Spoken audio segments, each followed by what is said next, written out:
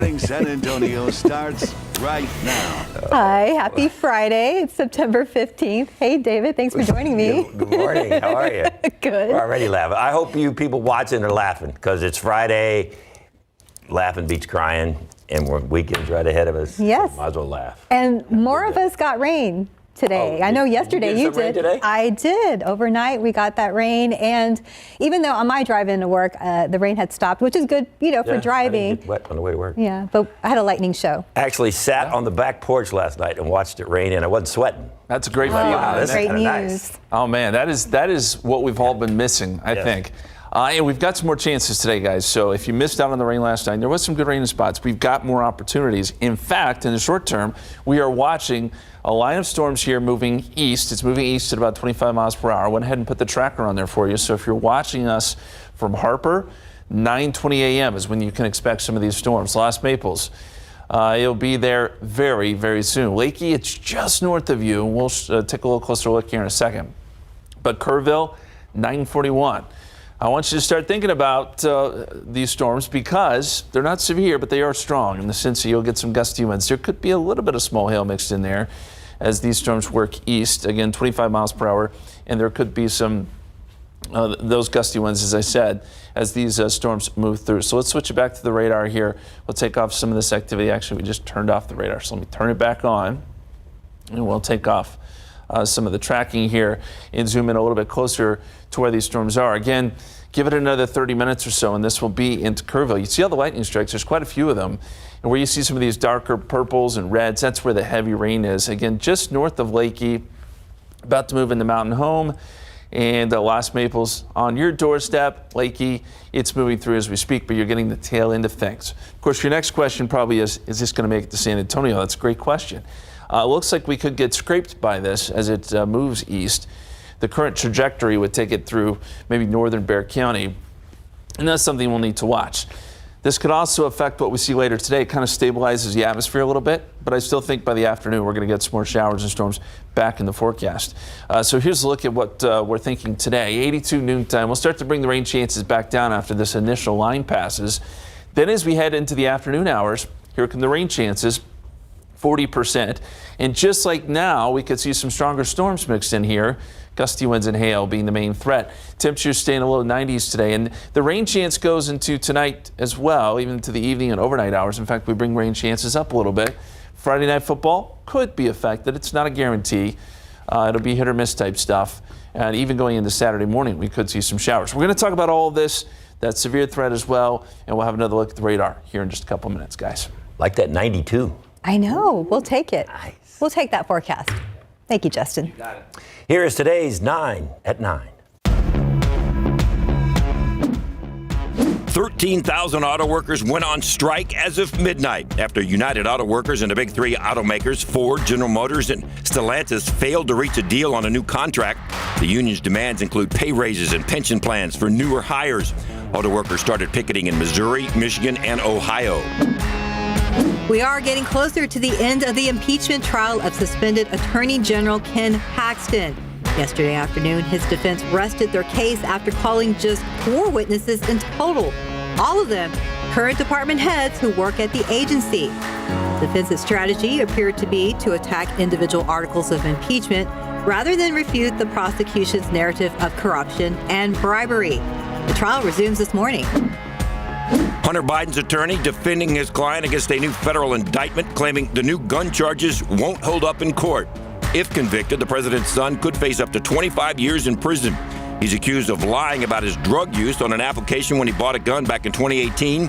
President Biden and the White House have not commented on Hunter's indictment. The U.S. economy is facing another headache. Another potential government shutdown is looming, and the deadline is getting closer by the minute. The White House wants Congress to pass a short-term measure while negotiations continue. However, the GOP doesn't seem inclined to do that. The government shutdown would start October 1st if a new bill isn't passed. Major stock indexes rose yesterday after economic data suggested the Fed will hold off on raising interest rates next week. The news boosted all 11 sectors of the S&P 500. Crude oil futures hit their highest point this year and helped lift energy stocks. The organization representing producers announced it will resume talks with writers on strike next week. Writers Guild members have been on strike since May. There are no talks planned yet to settle the actors' strike. Oil prices have hit the 90s for the first time in 10 months. That's leading to an interesting situation for motorists. Gas prices are going up, even though the demand is easing and the summer driving season is over. It's because Saudi Arabia and Russia surprised the market last week by extending supply cuts through the end of the year. And then the catastrophic flooding in Libya. The average price of unleaded is now $3.53 a gallon here in San Antonio. The CDC says U.S. hospitals can expect the burden from this year's respiratory virus season to be similar to last year's. But the analysis says the added risk from COVID will probably make the season worse than in pre-pandemic years, when influenza and RSV were the main concerns. Now, at the peak of the season, COVID will probably account for half of new hospitalizations, with flu and RSV combined accounting for the other half.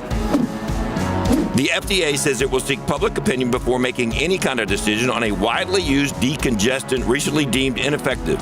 Earlier this week, an advisory committee to the FDA voted unanimously that PE does not do anything to ease cold symptoms. Yesterday, the administration said it'll take the committee's input and evidence into account, but that they will make the final decision whether to remove the drug or not. And that's today's 9 at 9. And they are among the things identified by San Antonio citizens as top priorities, and they just got a major cash infusion. A record number of new police officers, a bigger budget for animal care services, and an expansion of a mental health response program. They're all part of the $3.7 billion city budget the San Antonio City Council passed yesterday morning. And as Garrett Behringer tells us, it was a small item with ties to a hot button issue that ended up taking center stage. It is clear this money is designed to go to fund abortion access. At $500,000, it was a small part of the multi-billion-dollar budget, but a big part of the budget vote. Reproductive Justice Fund. The Reproductive Justice Fund. The Reproductive Justice Fund. The idea was put forward by abortion rights advocates, a city-controlled fund to help with things like contraceptives and reproductive health education, but also covering travel and lodging costs for women seeking legal abortion outside Texas. City council members who asked officially to add the fund into the budget used less direct wording in their requests, though at least some clearly want the same thing. As far as we can go, I want to go there, of course, within the confines of state law. I think it's important that we stick to that resolution that we passed. Again, this is putting money where our mouth was, right? The budget just sets that money aside, though. The city manager says council will still have to discuss how they want to use the funds exactly.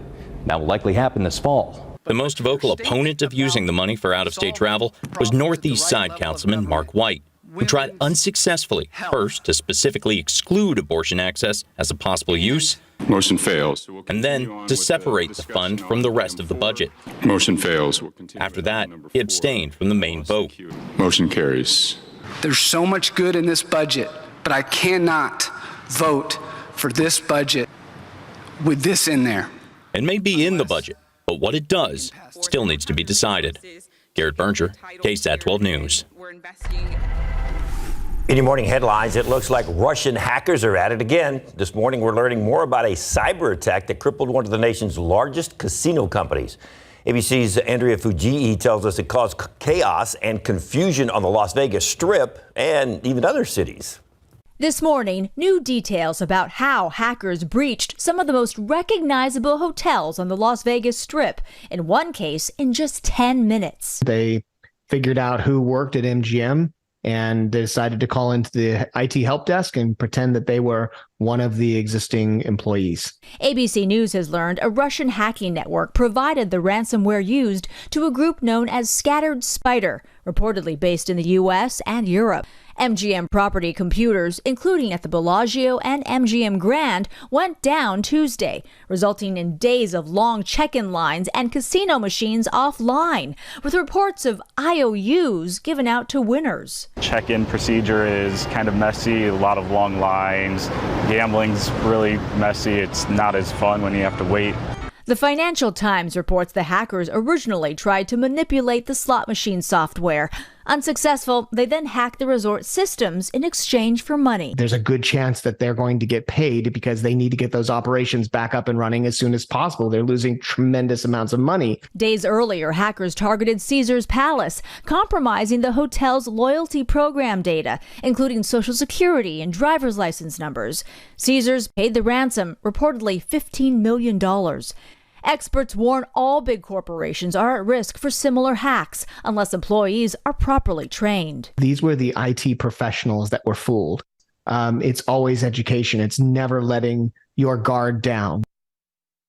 Caesars is now offering identity theft protection and credit monitoring services for those affected. And at MGM, it wasn't just Las Vegas hotels affected. Other properties nationwide were also hit. Andrea Fujii, ABC News, New York. And it's time to run for a great cause, and KSAT and once again leading that charge. This year's Head for the Cure 5K is coming up next Saturday. That's September 23rd for its 10th year. And the annual 5K run and walk is held in honor of our late news director, Jim Boyle, who passed away after battling brain cancer. Now, with the help of Jim's daughter, the inaugural local Head for the Cure was held in 2014, and participation has grown every year with more families running for the survivors and in remembrance of their loved ones. So far, the local race has raised more than $860,000 for brain cancer research. And that race begins at 8 in the morning. This is again on September 23rd at Providence High School. This is on North St. Mary Street, so pretty much right across the street from KSAT. Participants can receive $5 off their registration fee by entering the promo code KSAT. And we can't wait to see you next Saturday. And I just registered yesterday. Always a very special day. Yes, it is. For us and for a lot of folks across San Antonio. So we hope to see you there next Saturday. More than 10,000 Texans, as we speak, awaiting life-saving organ donations. 8,000 of those need a kidney. KSAT wants to help. Our KSAT community team hosting a phone bank for the Texas Organ Sharing Alliance. That's happening later on this afternoon. It'll be from noon until 7 o'clock tonight. Viewers who call will be connected to experts to answer questions about becoming a living donor, how donation works, and who qualifies. Again, today's phone bank will be opened at noon, and we'll begin with that on KSAT 12 News at noon. So look forward to that. Very good. Time now, 9:10 and 73 degrees for now. Still ahead on GMSA at 9. It's another jam-packed weekend of football in the next half hour. RJ and myself take a look at all the big matchups going on, including our high school game of the week coming up between Southside and Southwest tonight. That's where we'll be with our live stream. Nice. Pre-game party. Welcome back. Outside with live cam. Ooh. This is so much fun because, you know, a couple weeks ago we were like just dying it. It was so hot, right? Look at it now. This is much better. Yeah.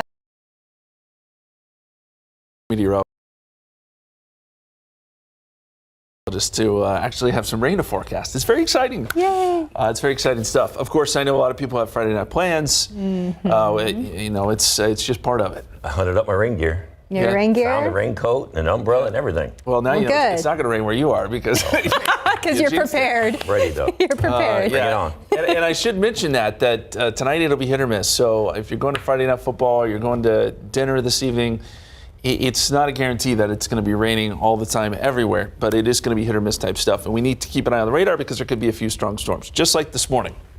Here's what we're dealing with right now. We've got a line of showers and storms working its way east at about 25 miles per hour. Put the new track on there. Kerrville, we're now thinking about 9:35 or so. This line of storms will be in your neighborhood. Medina, about 9:49. Comfort, just after 10 o'clock, these storms will start rolling in. And what you can expect with these storms are some gusty winds, maybe some gusts up to 40 miles per hour, and even some small hail, although I'll tell you, these storms are kind of calming a little bit. They flared up for a time, and now seems like they're weakening just a little bit. But we've seen them kind of flare up and down, so they could flare back up a little bit here within the next shower. But that's the latest track as we look at the live radar here. We'll go ahead and put it into motion. And you can see these storms where they were a little bit stronger earlier in parts of Edwards County and Real County. No warnings or anything like that. These are not severe, just strong as we said. And we'll zoom in a little bit closer. And you can see they're not too far from Kerrville. In fact, you may already start to hear some of the thunder there, certainly around Hunt and Ingram. Rain starting to fall. And in Los Maples, you're now starting to get the rain. It has moved out of Lakey, but Vanderpool, you may get the tail end of that. And we have quite a few lightning strikes with this. In fact, we can put the count on here. We're picking up on about, you see it as weekend. We had over 100 earlier, and now we're looking at about 44 lightning strikes. So that tells you these storms are kind of calming down a little bit. And then, of course, the next question is, do we see these storms here in San Antonio? Well, the current trajectory would take it into northern Bexar County, but that's if they hold together. We'll see. And this is a pretty thin line on the southern edge of it. So I don't know that we'll get a lot out of this, but it is going to stabilize the atmosphere, I think, for a little bit before we get more showers and storms a little bit later this afternoon. That's the latest right now on those storms. Let's go outside here in San Antonio. 73 currently. New Braunfels at 78, Seguin at 75, and with those storms kind of moving in our direction, still some cloud cover. I don't think temperature is going to warm up all that fast today. I still think we make it into the 90s, but the hot stuff probably holds off a few more hours. And as we look at the big picture here, you can kind of see where we have a piece of energy that's working across Texas, and we're getting the tail end of it down here. So that's kind of the first bit of this. There's more back to the west that'll be shifting through today, and that's why we think rain chances come back up later this afternoon and this evening. The severe weather risk is there. It's very low end for us on a scale of 1 to 5, about a 1. But you go out west, it does jump up to a 2. And some of these storms that develop out in West Texas could hold together and move in our direction. If we do see any strong storms today, damaging wind and large hail would be the main threats. So by noontime, this model, which the models have not been good with this situation, but shows a lot of what we're seeing this morning dying down. And then as we head into this evening, flaring back up with some showers and storms, and then overnight getting quite a bit more active. We'll especially need to watch the western half of our viewing area overnight. I think there could be some pockets of heavy rain out there. But even going into Saturday morning, we'll see some showers and storms before it all shifts south by Saturday afternoon. So our rain chances, we'll keep them fairly high this morning, drop them off a little bit, and then pick them back up this evening. And then we'll have our highest rain chances late tonight with storms moving through. Of course, Friday Night Football, you'll need to be on the lookout for showers and storms. 98 kickoff, 84 at halftime, but rain is possible for all those football games tonight. Extended forecast will go 89 tomorrow. Did drop the temperature into the 80s. Small chance Saturday afternoon, small chance Sunday afternoon. Otherwise, we dry out and warm up next week. And on our website, too, wrote an article about all the districts' policy on lightning. If you were curious, every district kind of has a different policy, but they're all going to be watching for that tonight. Yeah, they will watch out for it. I was going to say, on the drive into work, all I saw was lightning. So. Flashes of lightning. Now we just need the good rain. We want to see the rain totals add up. All right, fingers crossed. Thank you, Justin. We could have our first mud bowl of the season. It's going to happen. That's football. Somewhere. That's some football. 919, 74 degrees.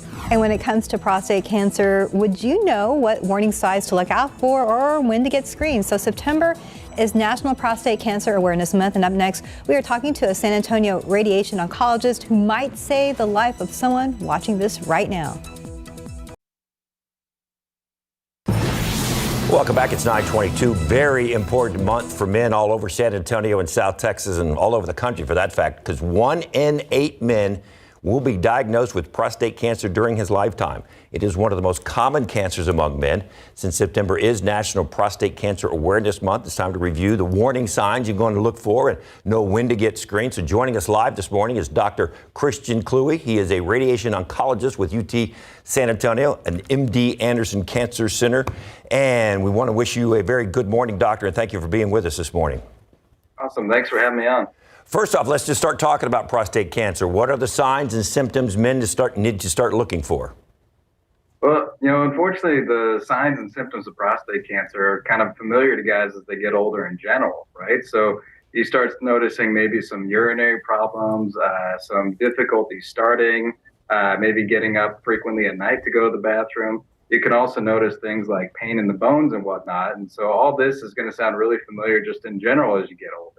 So that's why sometimes really prostate cancer can somewhat be silent and why there's such a emphasis on screening of things. Now, we do have some alarming symptoms that really kind of escalate when somebody needs workup. And that would be stuff like blood in the urine or pain in odd parts of the body in the bones where you wouldn't expect arthritis, so to speak. So if you feel some of those risk factors, that might be an indication that you want to get tested? I think, as you get older and you start feeling those risk factors, if you have not had baseline testing for prostate cancer, or screening rather, that you might want to consider discussing with your physician. How is it detected or diagnosed? Well, so the most common way we find these things actually is with a regular screening test. So the PSA screening test is just a blood test, right? From guys that look like they have a high risk of harboring prostate cancer, we then go to more invasive tests. So we start looking at doing an ultrasound, maybe an MRI, and then if we really think there's a high chance of things, we go ahead and do a biopsy and get that confirmation. And you've talked about some of the things that might be factors, but when should men get tested for prostate cancer? I know we're always told to get those colonoscopies at a certain age, but this is a completely different kind of test, looking at a completely different part of the body. So what is the difference, and when should we get these? Yeah, so I generally look at guys, and most guys should start getting maybe a baseline PSA in their 40s somewhere. So guys that are a little bit higher risk than other men, I suggest a baseline PSA around the age of 40. Guys are a more nominal risk, maybe around the age of 50 or so. But then getting a screening PSA every couple of years. Now, you're right. We also suggest that guys get colonoscopies and whatnot, and women too, really. But the PSA screening test is a little bit different in that it's really just a blood test. So it's not as invasive as a colonoscopy as anybody that's experienced with it can tell you, and how much they had to prep for the colonoscopy. The PSA screening test is really just a normal blood test that you would get with your normal labs. And some of the latest treatments, if for some reason we end up with this cancer, what can we look forward to is to hopefully heal ourselves? Yeah. No, the last 10 years have actually been a really exciting time in coming up with new options for men that have been diagnosed with prostate cancer.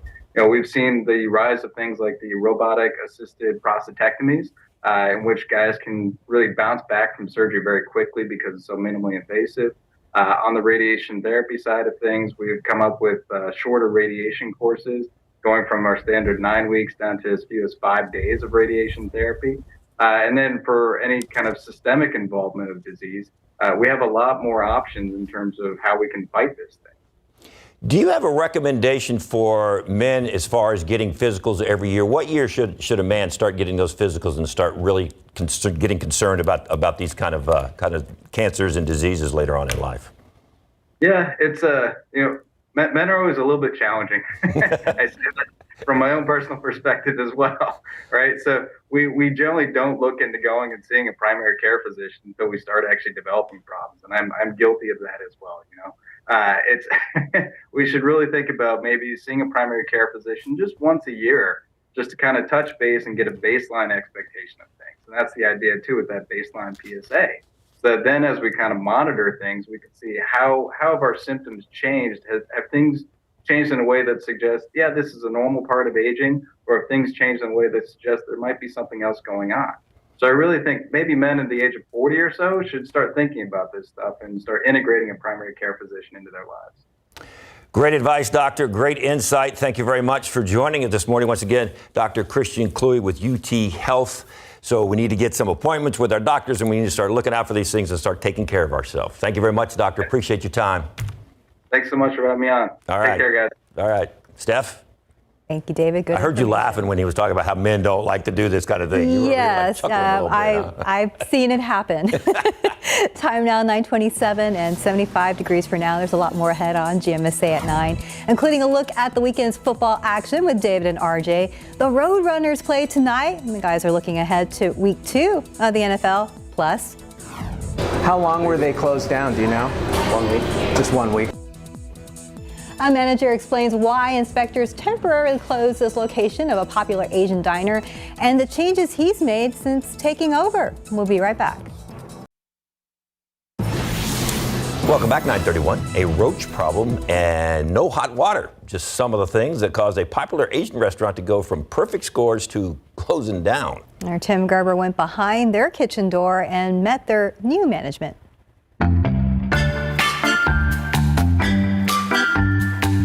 Payway Asian Diner, located in the 900 block of East Basse, was shut down by a health inspector in late July following a routine inspection. The big problems? The business had no hot water and an infestation of roaches. There were roaches found on food contact surfaces, on utensils, and to-go plates. In addition to that, the interior of the ice machine was soiled, and the walls, floors, and ceilings were dirty. The inspector gave them an 84 and told them to contact the health department for reopening when those issues were corrected.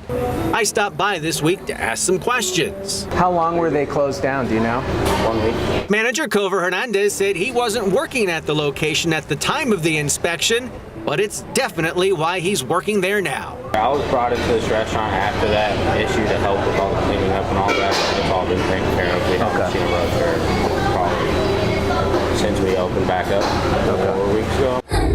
Tijin China Diner, located in the 100 block of Southwest Loop 410, comes in with a 79. Raw meat in a cooler was way too warm at 71. Meanwhile, a cold hold unit was also too warm, and so was all the food inside. A container of lettuce was on the floor of the walk-in cooler. They were told to stop using unapproved chemicals for pest control, and they needed to do a deep cleaning of the wall next to the grill to remove grease buildup. Spice Grill and Bar, located at 2020 Broadway downtown, earned a 74. They had to toss out foods that were in a reach-in cold hold unit that was too warm. None of the employees had food handler certificates. There were dead roaches in a storage area. The business told to clean the inside of the reach-in coolers and fix missing tiles on the walls and ceiling in the kitchen. For Behind the Kitchen Door, Tim Gerber, KSAT 12 News. And like we mentioned in the 9 at 9, we are getting closer to the end of the impeachment trial of suspended Attorney General Ken Paxton. So this is a live look right now inside the Senate chamber of the state capitol. And right now, both sides have rested their case. You can see they're walking away from the bench. And now they each have time to call up previous witnesses before delivering those closing arguments.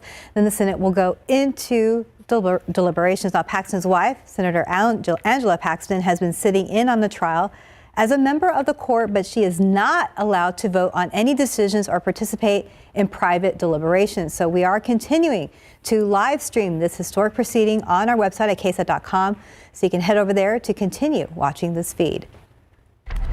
Outside with live cam, Justin and all his weather friends over there in the weather department I won't say they had it on cruise for a while, but you know, when it was 105, 104 and hot every day, they didn't have a whole lot going on. They had to come up with some great information. And now look at you, you're busy. Well, let me just put it this way. I much enjoy looking at the radar, looking at rain than I do coming up with triple-digit records, okay? This is a much better situation. As we look at the authority radar right now, the line that we were watching, it's kind of losing its organization a little bit, but we still have a pretty good cluster of rain and storms just to the southwest of Kerrville. So let's zoom in on this activity. It's still got quite a few lightning strikes mixed in here, probably some gusty winds. I doubt we have much in the way of hail at this, but if we did, it would be very, very small hail. Lost Maples and Vanderpool, the rain's kind of passed you by, but as you go north, that's where the heavy stuff is, just to the south of Hunt. Mountain Home, you're getting some rain in Kerrville. You're starting to see some of the light showers move in, but this part of the line kind of falling apart a little bit, so I don't know that you're going to get a ton of rain out of this, but it is raining there in Kerrville. You're going to see some wet roads. This is moving east at about 25 miles per hour. At this point, the way the kind of the southern end of the line looks like it's breaking down a little bit, I think a lot of this will miss San Antonio. But we do have more opportunities for storms later today, and that's something we'll be watching for. Rain chances do come up a little bit as we head into this evening. Noontime, 82, I think rain chances kind of fall off a little bit. We get a break. But by 4 or 5 o'clock, we bring it back up to 40% chance. Temperatures in the 90s today. That should give us some instability. And then we'll bring rain chances up even more overnight, 60% chance. But we've got to watch for a couple of strong storms here, some pockets of heavy rain. Now, not everyone is going to get rain out of what we see. It's just kind of the nature of this situation. But know that rain chances are pretty decent overnight and even going into tomorrow morning as well. We'll talk much more about this forecast for you here in just a couple of minutes, guys.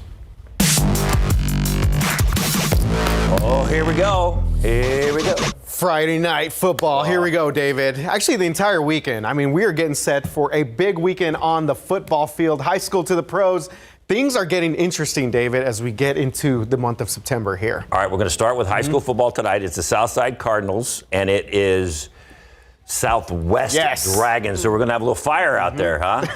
We'll be trying to burn up a cardinal? What is that? Just a little bit, yeah. Fire-breathing dragons going into the dragon den. Oh, David, remember we did that? We did a live stream out there. We're going to be out there again, but it's kind of like in a pit. Write that down. Live stream about 6:15. There you go. There with live stream. We'll show you how we do the sportscast, and then we'll show you some fun things going on over there at the pit. Yeah, the dragon den is what they call it. Yeah, remember it's kind of like a pit stadium, so I could see how it could be like a den out there. But this is a district matchup. Two of the top teams in the district. Southwest is 3-0. Southside 2-1. Their only loss, David, was to Somerset in the KSAT Pigskin Classic. So this is going to be a good matchup tonight, and there's a bunch of games tonight, and of course.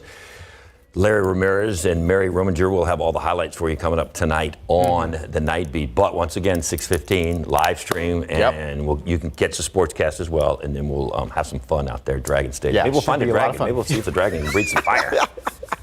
Fire-breathing mascot, maybe? Yeah, maybe we could hang out with the mascot for a little bit. College is kicking off a little earlier this week. We got a big game coming up tonight, UTSA and Army, and there's a big question. Yeah, of course, right there, Frank Harris. We saw him hand the ball off here, and big question, Frank Harris, game time decision right now. He's dealing with a turf toe, and I guess ESPN is reporting that he's been cleared by the doctors, but they will check on his status before the game. So we will see. This game's on ESPN, David, so it's a big moment for the Roadrunners tonight. Big moment for him, too, because he wants to be out there on national TV. But the question is, do you want him to rest and get ready for conference play, or do you want him playing in this non-conference game because it's on ESPN and a lot of national exposure? Well, I was surprised that he came back last week and really gutted out that win for UTSA against Texas State.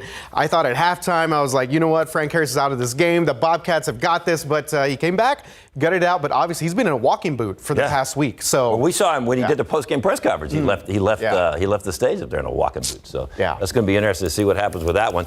And then the big weekend, the big Saturday, of course, it's UT coming off that huge win on the road in Tuscaloosa against Alabama. So let's see if there is what they call a letdown against Wyoming, because they do travel to Wyoming. Yes. Right? Okay. Well, no, I think this game's in Austin. This game's in Austin. But David, I was looking for a little momentum. David, this team, this Wyoming team, is not bad, as you know very well. They did beat your Red Raiders. Yeah, they beat Texas Tech in double overtime. It was a double overtime loss, but this is an experienced Wyoming team. It is. Coach Craig Bull there always has a good squad ready to go here. I mean, UT should win this game, but still, I think we give them a little bit of competition here. Yeah, a little competition. Plus, they're coming off that big win, and so that's the hard part, make sure they're ready emotionally. But since they're playing at home, they'll have a big crowd, so that ought to help a little bit. And Sark's going to have them all fired up. Doesn't do any good to beat Alabama if you come back and lose to Wyoming.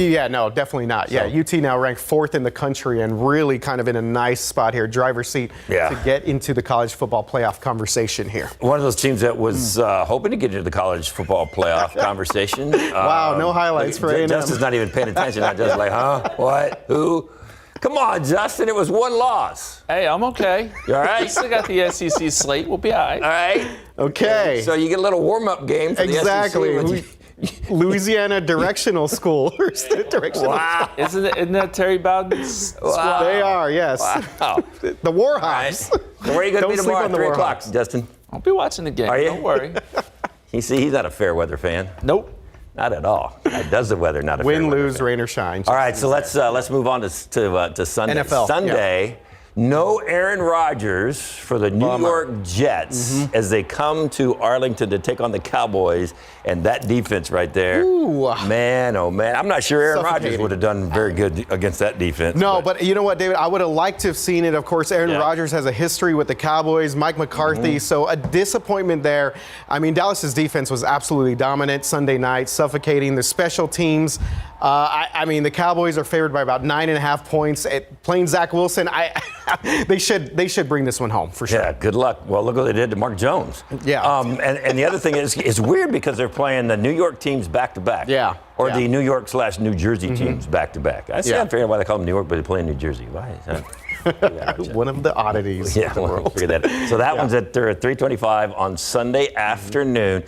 The Eagles won last night over Yes, they did. Minnesota. So Yes, that they means did. the Cowboys need a win to keep pace with the Eagles in the NFC East. Yeah, I think it's going to be a two-horse race, I guess, if you want to call it there, between Philly and Dallas throughout the rest of the season. And you know what? Philadelphia kind of still hitting their stride a little bit. The Cowboys, though, I think, if they go up big in this one, we may not see much from Dak throwing the ball, maybe just kind of control the game. So we'll see. But they should take care of business out there in general. And kicking things off at noon on Sunday is the Texans. Oh, yeah, and the Texans Colts. are. The Colts are not that great. So the Texans, C.J. Stroud might find something I think that they can do. What's interesting about this game, the Colts starting a rookie quarterback, Anthony Richardson. Houston obviously starting C.J. Stroud. So we got a battle of rookie quarterbacks if you want any sort of storyline or reason to watch this one. Hey, you know what? I thought the Texans competed, though. They played hard against Baltimore last week. Did not come away with that win there. You know, I watched that one because it's opposite of whatever the NFC is, and I'm not sure I want to watch it. So I just flip back and forth because the Cowboys don't play till 3-4. It's like a warm-up. Like while you're cooking your snacks, getting ready for the cheese dip. Getting ready for the, chips and so. the main event, I guess. All right, RJ, we'll be right back. Check out the live stream tonight. Hi, let's look out there with Zoo Cam. So flamingos, are you happy you got rain? There's one. That's Just hanging out. That's not even a flamingo right there. What is that? That's an Egyptian goose. Or ghost. Goose. You're thinking of super. What? No, so what's the Egyptian goose doing down there? Like checking things out? Well, there's usually there's usually more than there's usually more than one. Right now he's looking at you and telling you, "Hey, back off, buddy." Ooh, yeah, that one. That one has attitude. Yeah, he does. Look at him. Like, go check this out. Well, now he's going away. Like, let me get away from that camera. Yeah, speaking of not ghost. Here you go, Zubu right there. Zubu, it's back. Coming up this weekend. Tomorrow through October 31st, there's going to be tons of Halloween-themed activities going on at the zoo, including trick-or-treating and costume contests. It's fun for the whole family. Do the animals get in on the costume contest? Like maybe you put like a sheep on a tiger costume? Does that work? Probably not those animals, but I'm sure some participate. Will the flamingos dress up like I haven't seen them dress up in Zubu's past. Are you going to volunteer to put a sheep costume on a tiger? Exactly. Good luck with that. So anyway, for more information on Zubu, you can head over to our website at KSAT.com. The animals should dress up, shouldn't they? I mean, it's more for the people to dress up and have a good time at the zoo, and then decorate the surrounding area, but not go into the lion's cage. Okay. Does the hippo get a better watermelon for Halloween than that's usually a birthday thing, but maybe we can whole watermelon in the hippo's mouth. Maybe there's some kind of pumpkin, Maybe. Yeah, we'll have to check back with you and get to that. If we go to the zoo today, Justin, what will the weather be like? It could be a little dicey from time to time. It's not going to be rainy all day, guys. I want to keep pointing that out, that it's going to be a situation where you get these kind of patches of showers and storms, then we get a break, and then maybe a few more, and it'll be hit or miss on locations too. So it makes the forecast a little bit tough, but what I'll tell you is that there's a decent chance for some showers and storms where you live as we get into the afternoon, evening hours, and even into the overnight hours. The Authority radar right now does show that this dying line of showers and storms is still producing some lightning strikes and some rain around Kerrville, but it really has lost its punch here. So you're looking pretty much at just some light rain around Kerrville, maybe some moderate rain there right around downtown or just north of downtown there, seeing some moderate rain right south of I-10 as you go into Kerrville there. Otherwise, a couple lightning strikes out to the west along Highway 16 just to the west of that. But this thing is really starting to calm down. I don't think that this is really going to hold together as it moves towards San Antonio. So I think rain chances are kind of out of the picture, at least for now. But we'll see again what happens this afternoon. And there's a little bit more development back off to the west of this. There's more energy that is forecast to kind of come down the pipeline later this afternoon. But last night, you did get a little bit busy for a time. If you heard some lightning and thunder, yeah, it came right through San Antonio. This is at 410 in Marbach. Great shot of a lightning strike. It's always hard to catch these, but well done. We appreciate you sending that into our KSAT Connect. And we got quite a few pictures of the rain overnight. Here's some of the totals. Now, do keep in mind that this does not include the rain this morning there in Kerrville. So a 1/10 of an inch last night. Uvalde County picked up about 2 inches there in northeastern Uvalde County. Stinson, big winter last night, 0.81 inches. If you were on the southeast side of town, you got some good rain, 1.23 inches there at Bronick Lake. Atkins, Lavernia, Floresville all picked up some rain. So that was good. And now as we go outside for you, things have kind of cleared out here in San Antonio. 73, New Braunfels 78, Seguin 75, Kerrville 72 with rain falling there right now. And here's the bigger picture. And that's kind of the initial wave of energy working its way through. So this line that we're seeing actually continues all the way up to parts of North Texas. Behind that, I think we'll start to see some development a little bit later today, and some of that could slide in the same direction and move towards us. There is a higher risk of severe weather out across West Texas, but it's those clusters of storms that may be severe initially out west that kind of hold together and work their way towards us tonight. That's what we'll be watching. Even so, we have a small risk of some stronger storms today. Gusty winds and hail would be the main threats, and that really is for our entire viewing area. So here's just one of our computer models, and it shows by noontime this cluster of storms really dying down. As we head into the afternoon, has some thunderstorms flaring back up around dinner time. And then overnight, we could see some of those storms coming in from the west. Now, the timing here is kind of complicated. It's all going to depend on when and where those storms develop. But we think our western counties may have kind of the best chance to see some heavy rain overnight. But I think even here in San Antonio, we could get some showers and storms. And this is Saturday morning, by the way.